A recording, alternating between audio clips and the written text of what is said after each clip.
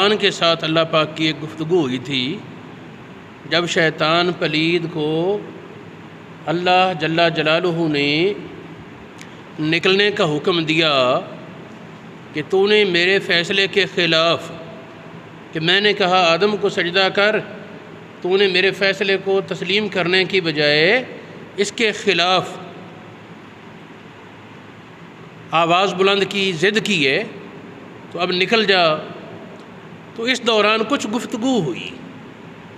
اس گفتگو میں ایک یہ بات تھی، شیطان نے کہا تھا کہ میں ان تیرے بندوں کو، آدم کی اولاد کو گمراہ کروں گا، ان کے دائیں طرف سے آ کر، ان کی بائیں طرف سے، آگے سے، پیچھے سے، ان کو ہر طریقے سے بہکاؤں گا۔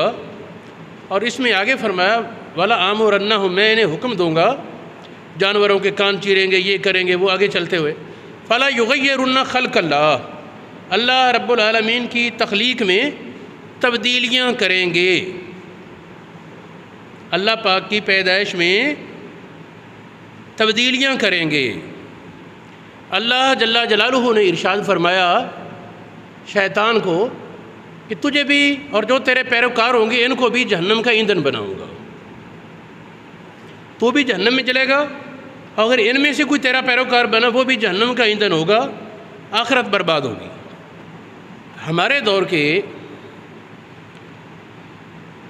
مسائل کچھ اس قسم کے ہیں کہ بعض ایسے مسائل جن پر نہ چاہتے ہوئے بھی کچھ بات کرنی پڑتی ہے۔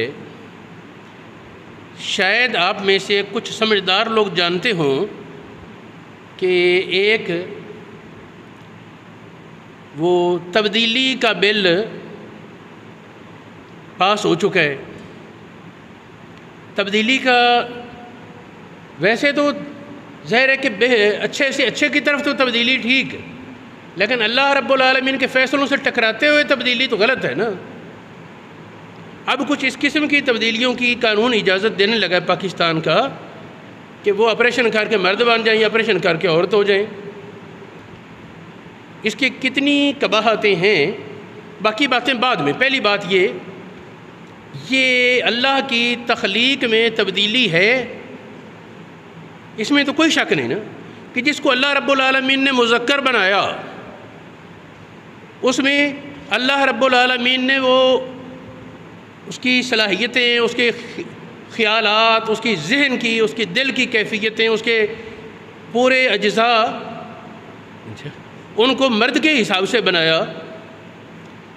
تو اب یہ اپنے صنفی تبدیلی کے ذریعے تو یہ اللہ رب العالمین کے فیصلے کو بدلانے کی بات ہے، یعنی اس میں تخلیق میں تبدیلی۔ یاد رہے تخلیق میں ایک تبدیلی ہے جو اللہ پاک کے اذن اور شریعت کے حکم کے مطابق ہو۔ مثال کے طور پر بچے کا ختنہ بھی پیدائش میں کچھ جو تھا اس کو کاٹ دیا جاتا ہے نا، بچے کا ختنہ کیا جاتا ہے، یہ شریعت کا حکم تھا، یہ درست۔ اسی طرح بعض اوقات ممکن ہے کہ کوئی ایسا انسان جس کے وہ آپریشن کی ضرورت ہو، تو یہ چیرا پھاڑا اور اندر سے کوئی جو فاسد مواد ہے وہ نکالنا، یہ شریعت کے حکم کے مطابق ہے، اس میں کوئی قباحت نہیں۔ اس طرح ناخن اتارنا، بال کاٹنا، یہ شریعت کے حکم کے مطابق ہے، یہ بھی تبدیلی کو کہہ سکتا ہے نا، تو یہ تبدیلی منع نہیں۔ لیکن جہاں شریعت نے اجازت نہیں دی، اللہ رب العالمین کی طرف سے اجازت نہیں، پھر اس کے بندے اس کی مرضی کے بغیر، اس کی اجازت کے بغیر تبدیلیاں کریں، تو یہ اللہ رب العالمین کے غضب کو دعوت دینے کے مترادف ہے۔ اس میں ایک بات سوچیں، یہ جو آپریشن ہوتا ہوگا کیا وہ اس کے محرم ہی ہوتے ہوں گے جو اس کا جسم دیکھتے ہیں؟ ایسے تو نہیں نا۔ یہ آپریشن میں ڈاکٹر سے آپریشن کرانا مجبوری میں جائز ہے، یہاں کون سی مجبوری تھی؟ تو یہ حقیقت جانیے کہ یہ ایک نہیں، دو نہیں، تین نہیں، 20 حدیثوں کے خلاف ہے۔ حضور علیہ الصلوۃ والسلام کی کچھ حدیثیں میں وہ تھوڑا سا حوالہ پیش کرنا مناسب سمجھتا ہوں تاکہ احباب کو اس مسئلے کے بارے میں کچھ نزاکت کا احساس ہو اور یہ آواز ریکارڈ ہو۔ نبی کریم علیہ الصلوۃ والسلام نے ایک حدیث ہے لعن رسول اللہ صلی اللہ علیہ وآلہ وصحبہ وسلم الرجلۃ من النساء، ایسی عورت پر جو مرد بننے کی کوشش کرتی ہے اس پر نبی پاک نے لعنت فرمائی۔ پرانے دور میں علماء نے اس کا معنی یہ سمجھا کہ عورت مردوں والا لباس پہنے، مردوں جیسے جوتا پہنے، مردوں جیسے بال رکھے، یہ مراد، لیکن حدیث کی عبارت رجلۃ صاف ہے، وہ عورت جو مرد بننے کی کوشش کرے۔ اس سے اگلی حدیث میں وہ مرد جو عورت بننے کی کوشش کرے یا وہ عورت جو مرد بننے کی کوشش کرے، وہ مرد جو عورتوں کی مشابہت اختیار کرتا ہوا اپنی تخلیق میں تبدیلی کرواتا ہے، یا وہ عورت جو مردوں کی مشابہت اختیار کرتے ہوئے اپنی تخلیق میں تبدیلی کرواتا ہے، وہ اللہ رب العالمین کے رسول رحمت للعالمین کی لعنت کا مستحق ہے۔ اور لعنت کا معنی ہے رحمت سے دوری، لعنت کا معنی ہے اللہ کی رحمت سے دوری۔ جس کے لیے رحمت للعالمین فرمائے کہ وہ اللہ کی رحمت سے دور ہو، اس کا پھر کیا انجام ہو؟ یہ حدیث جو میں نے پہلی پیش کی، لعن رسول اللہ صلی اللہ علیہ وآلہ وسلم الرجلۃ من النساء، یہ مستدرک امام حاکم میں صحیح سند سے ہے، شعب الایمان میں، مجمع الزوائد میں، مشکات المصابیح میں ہے۔ دوسری حدیث لعن رسول اللہ صلی اللہ علیہ وآلہ وسلم، نبی پاک نے لعنت فرمائی المتشبہین من الرجال بالنساء، ان مردوں پر جو عورتوں جیسا بننا چاہتے ہیں، والمتشبہات من النساء بالرجال، ان عورتوں پر جو مردوں جیسا بننے کی کوشش کرتی ہیں۔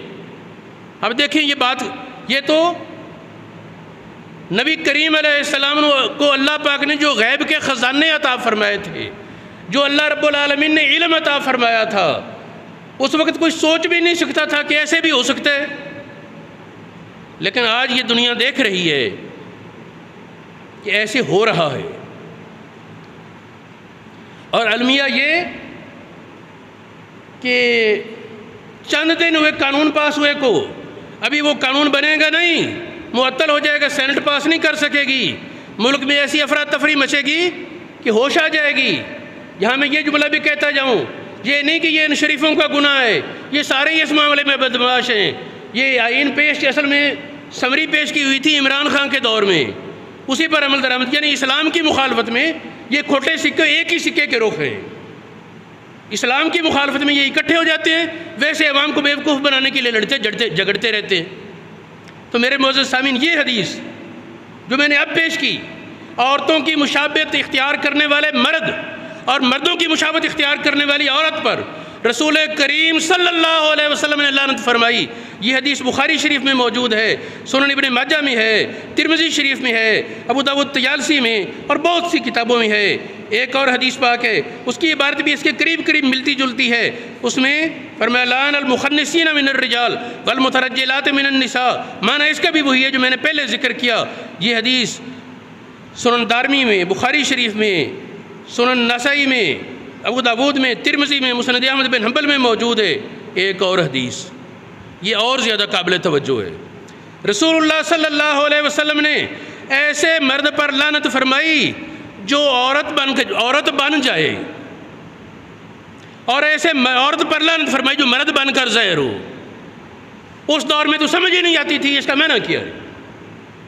آج یہ واضح نظر آتا ہے کہ یہ رسول کریم نے اللہ پاک کے عطا کردہ غیب کے خزانوں سے سب کچھ دیکھا، اور پھر قباحتوں پر، خرابیوں پر شریعت کی قدغن لگا دی۔ یہ حد ہے، اگر تم میرے امتی ہو، میرے فرما بردار ہو، تو شیطان کی اطاعت چھوڑو، اللہ کے فرما بردار بندے بنو اور رک جاؤ۔ اگر اس حد کو کراس کیا تو پھر میری رحمت تمہیں فائدہ نہ دے گی، تمہیں اللہ کی لعنتوں سے حصہ ملے گا۔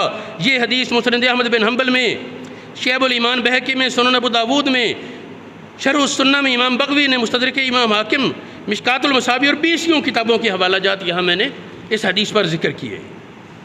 ایک اور حدیث ہے، 3 لوگ جنت میں داخل نہیں ہوں گے۔ 3 قسم کے لوگ جنت میں داخل نہیں ہوں گے۔ ایک ایسا مرد جو عورتوں کی صورت اختیار کرنا چاہے اور عورت بننا چاہے. یلبس لبسۃ الرجل لبس لبسۃ المرأة، عورت بن جائے، عورت کا لباس عورت کی صورت میں ظاہر ہو. والمرأة تلبس لبسۃ الرجل، عورت مردانی صورت میں آئے یا مرد زنانہ صورت میں آئے، دو یہ جنت میں نہیں داخل ہوں گے. تیسرا والدیوس، بے غیرت. پوچھا کہ یہ کون؟ فرمایا جو اپنی بہن، بیٹی اور بیوی میں بے غیرتی دیکھے اور کچھ نہ کہے، وہ شریعت کی دھجیاں اڑائیں اور یہ کہے میں کیا کروں، نہیں مانتے، ضدی ہیں، اپنی مرضی کرتے ہیں. نہیں، اس موقع پر اسے غیرت کا مظاہرہ کرنا چاہیے. یہ 3 قسم کے لوگ فرمایا یہ جنت میں داخل نہیں ہوں گے. وقت ختم ہو رہا ہے، ورنہ میں نے کافی ساری حدیثیں اس مضمون پر لکھی تھیں، بس آج مجھے پہلے وقت کا پتہ نہیں چلا، آنے میں مجھے تھوڑی سی دیر ہو گئی. میں سو گیا اور الارم لگا لیتا ہوں، آج بھول گیا، وقت کا پتہ نہیں چلا. تو اچھا میرے عزیز سامعین، میں بات ختم کرنے سے پہلے آخری بات کرتا ہوں آج کی گفتگو کی. ہمیں ایز اے مسلمان کے طور پر یہ سوچنا چاہیے کہ کیا زندگی کی ہمارے پاس کوئی گارنٹی ہے کہ کتنے سال زندہ رہنا ہے؟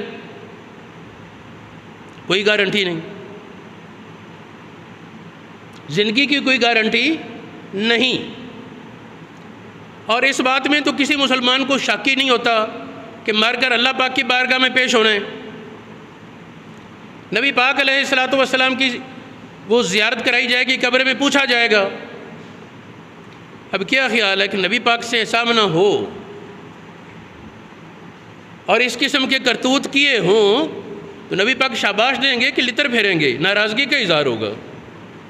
ہمیں نبی پاک کی رضا جوئی کی کوشش کرنی چاہیے. اور پھر موت کے بعد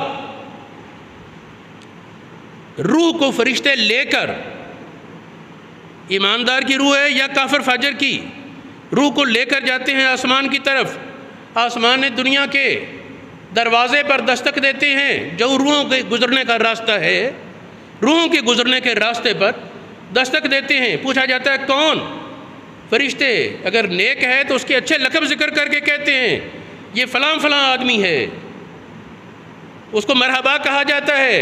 اور اگر کوئی برے کرتوتوں والا ہے تو اس کا ٹیڑھا اور گندا نام جو لوگوں میں مشہور ہو وہ لے کر کہتے ہیں فلانا ہے خبیث. اور پھر اس کو فرمایا کہا جاتا ہے کہ اس کے لیے دروازے نہیں کھلیں گے، اس کو جہنم کے سجین گڑھے میں پھینک دو. اور جو نیک ہے اس کی روح کے لیے دروازے کھلتے چلے جاتے، پہلا، دوسرا، تیسرا، چوتھا، پانچواں، چھٹا، ساتواں آسمان کراس کر کے اللہ رب العالمین کی بارگاہ خاص میں عرش کے پاس وہ روح پیش ہوتا ہے. اور عرش الہی کسی خاص بندے کے استقبال کے لیے جھوم اٹھتا ہے، حرکت میں آ جاتا ہے کسی کے لیے. تو جب وہ اللہ پاک کے عرش کے پاس بندہ مومن کی روح پیش ہوتی ہے، اللہ رب العالمین اس کو شاباش عطا فرماتا ہے. ایک طرف یہ اور دوسری طرف وہ جو برے انجام کو پہنچا، موت کا تو پتہ نہیں کب آ جائے. تو ہمیں زندگی اس طرح گزارنی چاہیے کہ مر کر شرمندگی نہ ہو، بلکہ بندگی کے تقاضے پورے کرتے ہوئے بندہ مرے.